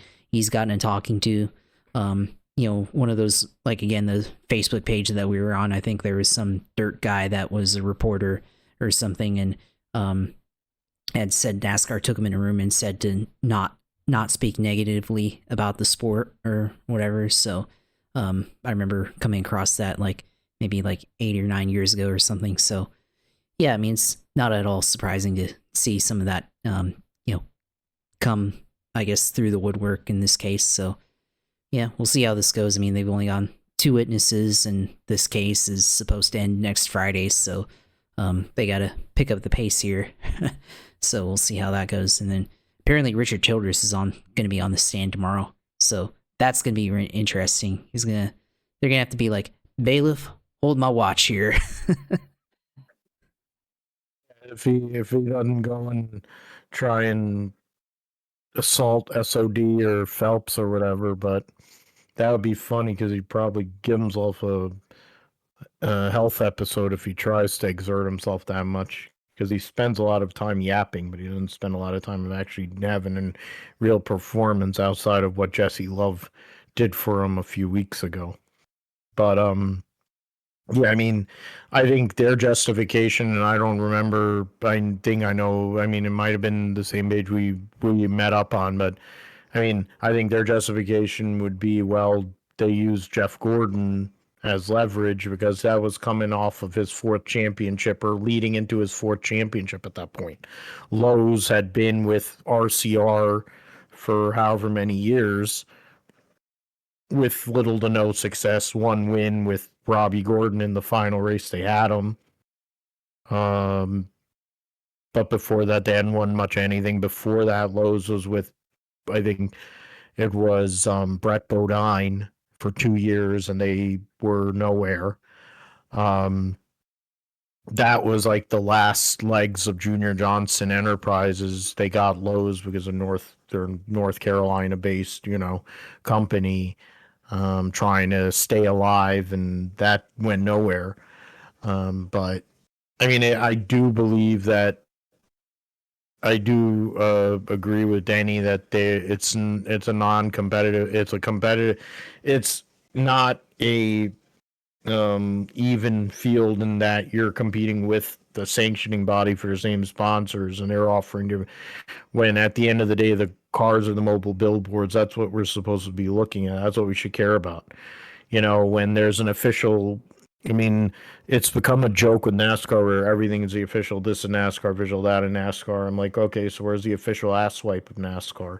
I mean, there are plenty of ass swipes. I work for NASCAR, so there is that. But like like they're probably dude wipes is probably the official wipe of NASCAR, or what's the official ball bag deodorant and that. Like that's the whole point. Like why isn't Bordeaux's butt paste the official ass paste of NASCAR? Like they'll do anything. They're no better than like Shaq or some of these other people who are like will market, and it's like to me, and they want to say what's your fandom and how far would you go, and I've joked around with some people about how but when Tony drove the Home Depot car, I wouldn't go to Lowe's, and that's true. I didn't until much later in life. That was, I think, driven as much with my job that I had to go to Lowe's to work with people. Then I went to Lowe's on merit, but I don't drink Pepsi products and for forever, and because I was a Coca-Cola guy when I used to drink soda, like. But even that's more personal. That was with my driver. That wasn't because of NASCAR. And with like what Denny is saying, here's my thing. I'm more likely to take the guy who's won 60 races and is a first ballot Hall of Famer. And yes, he's made his career in NASCAR, but the fact is he wasn't going to have a career in NASCAR, and he wouldn't be making a team in NASCAR without Michael Jordan. He wasn't going to be a goddamn car owner if it wasn't for Michael Jordan. Remember, like Joe Gibbs, some of these people, like, the more you dig into it, the more I kind of want to see NASCAR take an L because they need to change some things. They need to change a lot of things, but really, it's necessary. I honestly, for them to have to go through all of this, and then whatever, if this judge rules in favor of NASCAR, it'll be weird. It'll be hard for Danny Hamlin, I think, to want to compete. I think what happened a few weeks ago could have been the death knell in terms of him as a driver. I don't think he'll stop winning races. But I also think that they're already angling with the likes of Brent Marks and some of these other young hotshots. If Toyota is actually serious, they have to consider Corey Heim. I don't really care what Keebler Gibbs wants. If they want to have somebody that can win, So, I mean, there's a bunch of things going on. We'll see what happens. We'll get through this week and have more to give you next week on that. Stanton Barrett and Derek Cope are combining their efforts for the Xfinity program. There's antitrust, whatever, something. First uniform staying with Clyde. Josh Balicki will be running full time next year for SS Greenlight. So, all right, that's fine. They'll be competitive on a road course here and there, I guess. And then, so we'll see what happens with Xfinity. Connor Jones gets a limited schedule to drive for Nice. And yeah, so that's NASCAR news and IndyCar news. Stingray Robb returns, 4th year in the IndyCar series, basically has done nothing for most of that time, but brings whatever money from the church, the same church that's going to keep the BYU coach in BYU, instead of him going to Penn State. So that tells you about taxing, if you want to know about taxing churches. Yeah, so then that's, we talked about Mick Schumacher last week. And their most compelling rookie storyline, well, there's a way big difference between the defending Formula One world champion versus Mick Schumacher, but you know, we'll see what happens with that. And yeah, so Formula E, let's go over there before we head into the F1. Formula E 2026 season 12, 25, 26. So yeah, they'll start at, so it's actually on CBS, really? Okay.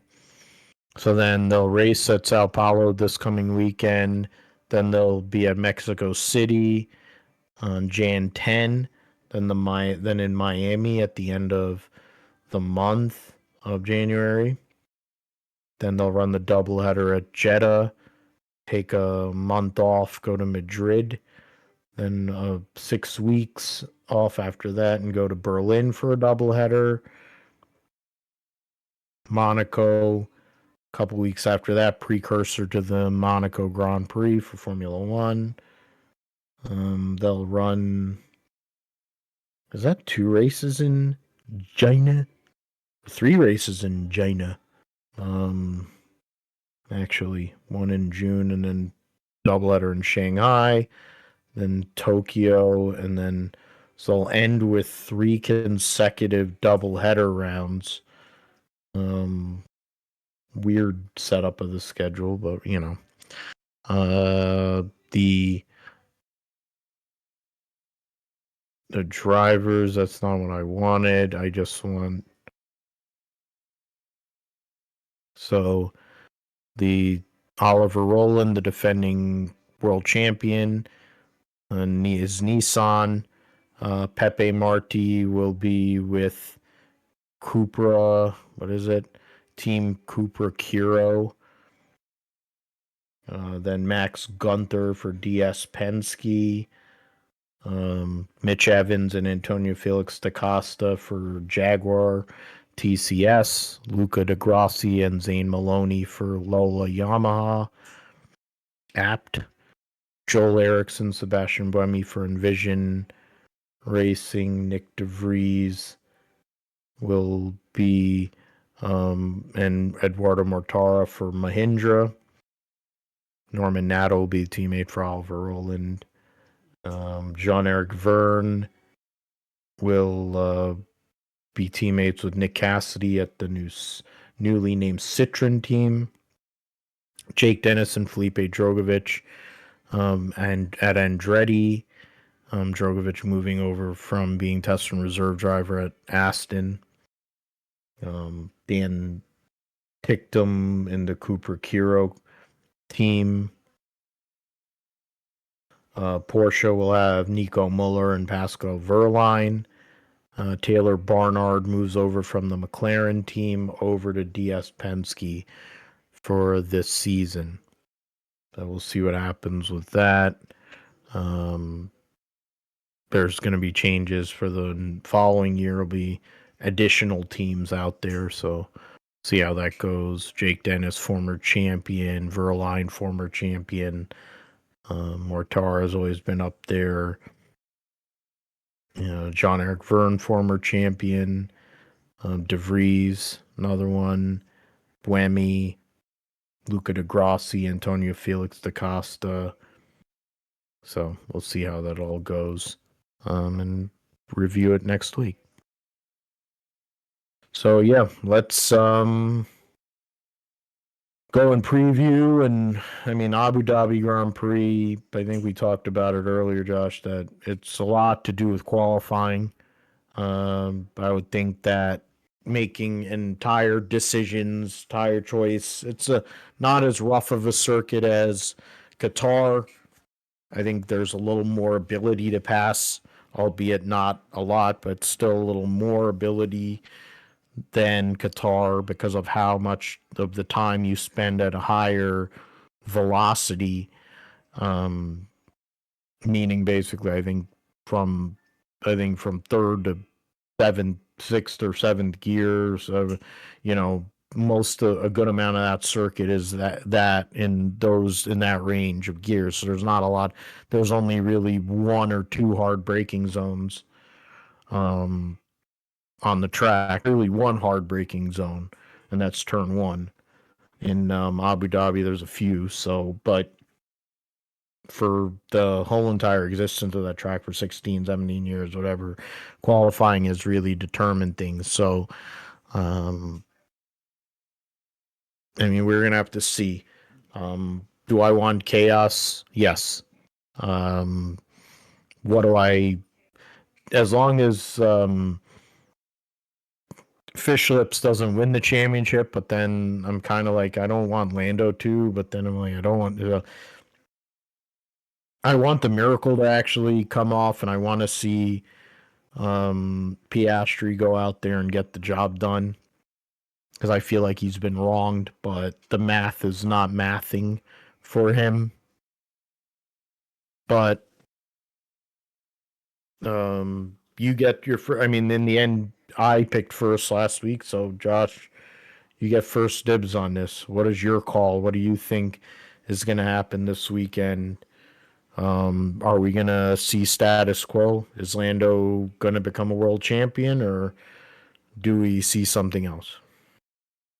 Yeah, it's going to be interesting. And like I said, the permutations that are available for this, right? Lando, finishes any position higher than fourth, then he wins the championship. If he finishes fourth, Max wins the championship. Then I think if he finishes fifth, then Piastri wins, or finishes sixth and Piastri wins the championship. So that's basically the long and short of it there. There's tons of other combinations where if they don't win, like Verstappen had to finish second to win the championship, but Norris has finished sixth, and Piastri has finished third or lower. So there's a bunch of like permutations here that could happen, but I'm gonna say Verstappen wins the race, but I don't think he'll win the championship.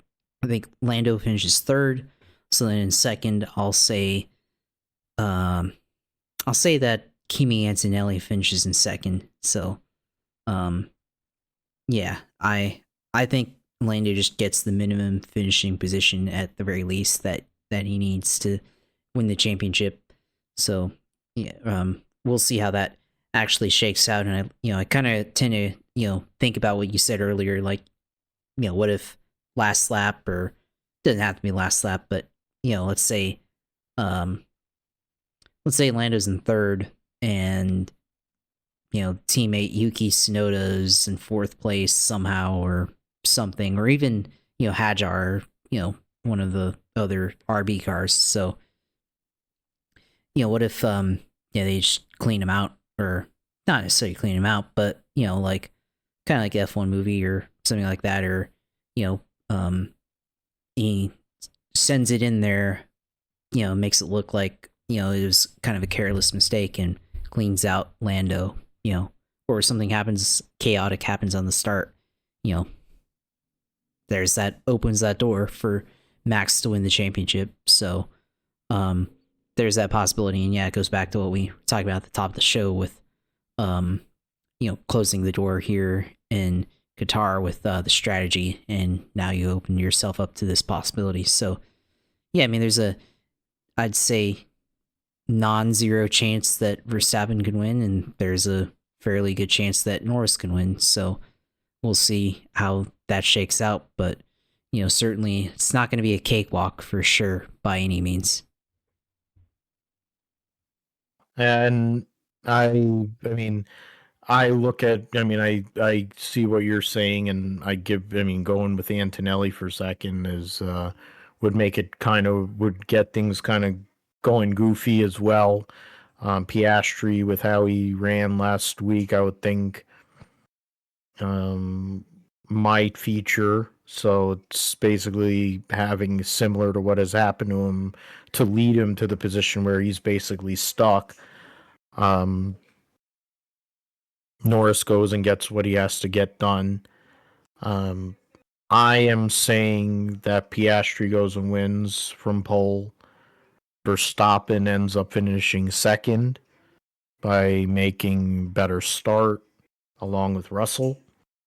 I do believe Norris ends up being on the second row of the grid. So that whether that's third or fourth, I don't know, but he'll be on the second row of the grid. Not his usual type of start. Will make him have to work for it. I'm saying Piastri, Verstappen, Russell. I'm calling him Verstappen. That tells you with fish lips. There you go. And second, and Woody. There you go. Woody in third, while Norris finishes fourth, and with that wins the championship. So in the end, we'll have all the title combatants up there, all trying to do what they can.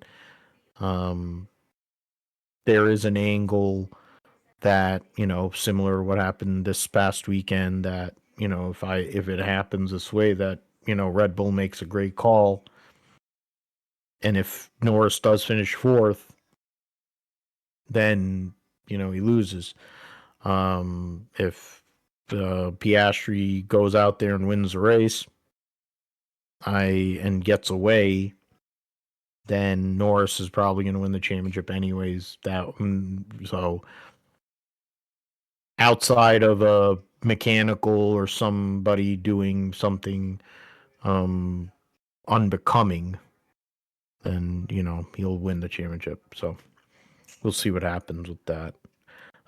Josh, your time to shine. Talk about your preparation for the Hoosier 500 and maybe what your plans are if you are gonna go for it. If you're gonna make an attempt at qualifying, there's 100 and something plus people that are trying to qualify for 33 spots. It sounds like the old days of Indy, with that many drivers trying to make this race, and you're one of the and you've mentioned it before that you're one of the independents, so it's very, very tough with the data, I would think, in terms of transferring information and stuff like that. But let us know what you're thinking and your thoughts in the sim segment. Yeah, absolutely. Yeah. Like we said at the top of the show, first practice here. I had the help of the tow, obviously, on the qualifying run, and was about a second and a half from somebody. And I guess I didn't think about it, and then I just, went for it and posted up a lap, and I was like, oh, And so then I was like, oh, I'm gonna have some press. So yeah, now we've been talked about obviously a little bit there. So yeah, that's good. Would it be even funnier if I took the lead? They'd be like, oh shit, who is this guy? No, but yeah, as obviously as an independent there, running this, yeah, it's a little harder, I guess. But it's the spirit of the game, with the old days with independents trying to make the Indianapolis 500, right, and trying to make the field there. So yeah, we'll see. I mean, I'm crowdsourcing here, finding stuff, with setup. I mean, I focus on more on race setup. I think the race setup is fine, but yeah, it's always about the qualifying setup. So, I mean, I think if I, use, I mean, I've got a good setup, and I mean, I think if I can average like a 39, I mean, it's gonna be tough, but I mean, I think the last couple of years that they had run this, the average qualifying lap of the last century was like 39.6 or 39.7, so it's doable, but definitely going to be fairly tight, especially with with that many people. So we'll see how it goes, and it's definitely hard because there's other people that are also in this, and it's hard to tell who's actually on a qualifying sim without a tow and who is, because there's no way in iRacing to tell who's on a tow lap or not. So that's also the tough part of it, and that also kind of plays into like how good people's race speed is. So we'll see how this all shakes out, but it's all for the fun of it. Of course, got some constraints, of course, over the weekend that may affect my actual participation, but looking at the schedule, I mean, I got something on Saturday that I've got to do. So I think the first group of qualifying is from like 8 to 10 or 7 to 10 or something like that. And then the second group's like, I mean, we may as well just look at it. But competitors, let's just pull up that schedule.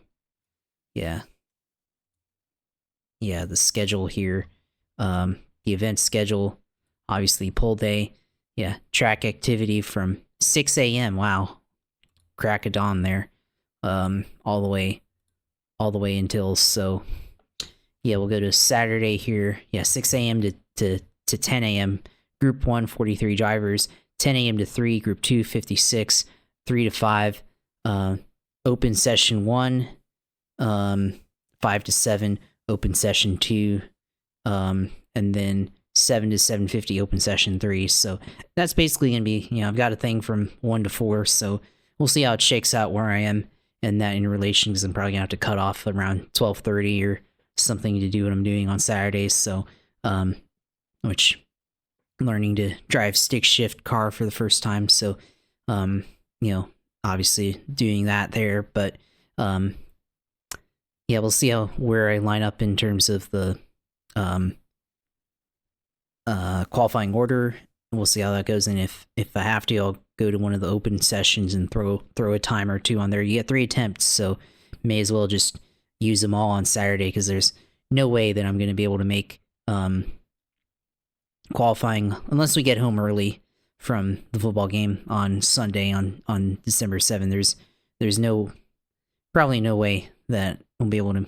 Oh yeah, it's from 7 to 8, the bump day qualifications. So we'll see how that goes, but yeah, definitely on Sunday.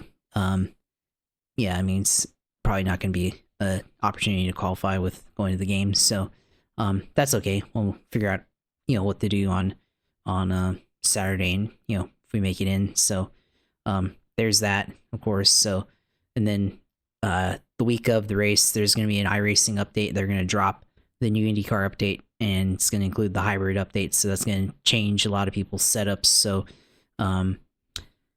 yeah, we'll see how that goes, and if obviously if we make it in, I think I'm in the I call it the Veterans 100 or whatever. It's basically like their version of the Freedom 100. So there will be that opportunity to participate as well. So we'll see how all this shakes out. But it's all about fun and be able to participate and be in this is obviously a pretty good event with, PRI, Performance Racing Industry, signing up and sponsoring this. So there's obviously a lot of press and attention on this race, more than usual I feel like for a private iRacing event, not sponsored or sanctioned by iRacing, because normally a lot of these events, they're propped up by just people and stuff, and now you have a whole industry, so there's gonna be a lot of attention here on this one for sure. So it's definitely gonna be whoever wins, be a significant win in terms of that, and just having the attention from pretty big behind the scenes racing industry partner there. So yeah, we'll see how it shakes out here. But yeah, always glad for the opportunity to run on that. So probably my focus on iRacing this weekend for sure. So probably will stream the qualifying run at least, just to have it up. So as always, you can go on my Twitch stream, Twitch TV, Sailor2 on there, and go and watch that. Of course, I think I have to find some time tomorrow to put up our paint scheme. So we'll probably just match whatever. I mean, we talked about it earlier, but probably just have the colors the same as the logo or something like that. So we'll figure it out from there. So it's gonna be interesting with that. Of course, mentioned the Twitch stream already. Obviously, the Twitter page, which JP Huffine, of course, reposted the news sheet from yesterday with second place on the qualifying, or on the it'd be great if it was second in qualifying, but practice sheet there. So definitely looking forward to running that event. Of course, sharing all the information and agreements, opinions on the NASCAR lawsuit, Jaguar stuff as well. So be interesting on there. YouTube page, Gripster Podcast, will have this uploaded and all our other stuff uploaded hopefully soon. And of course, you can watch our videos on there, our stream, our live casts on there, of course, and of course, photography page at JP Alfine. Go on there and follow me there. See some pretty good pictures on there. So that's it for me this week. Of course, winding it down here, and will be an interesting result here on Sunday for F1. So it'll be a lot of activity here over the weekend. Yeah, definitely. You'll be busy. You got a lot going on, and good luck, and of course, and hopefully you can get her in there. I'm trying to remember some of them guys, like they used to, Rich Vogler would go in the last minute and be able to put cars in the field, and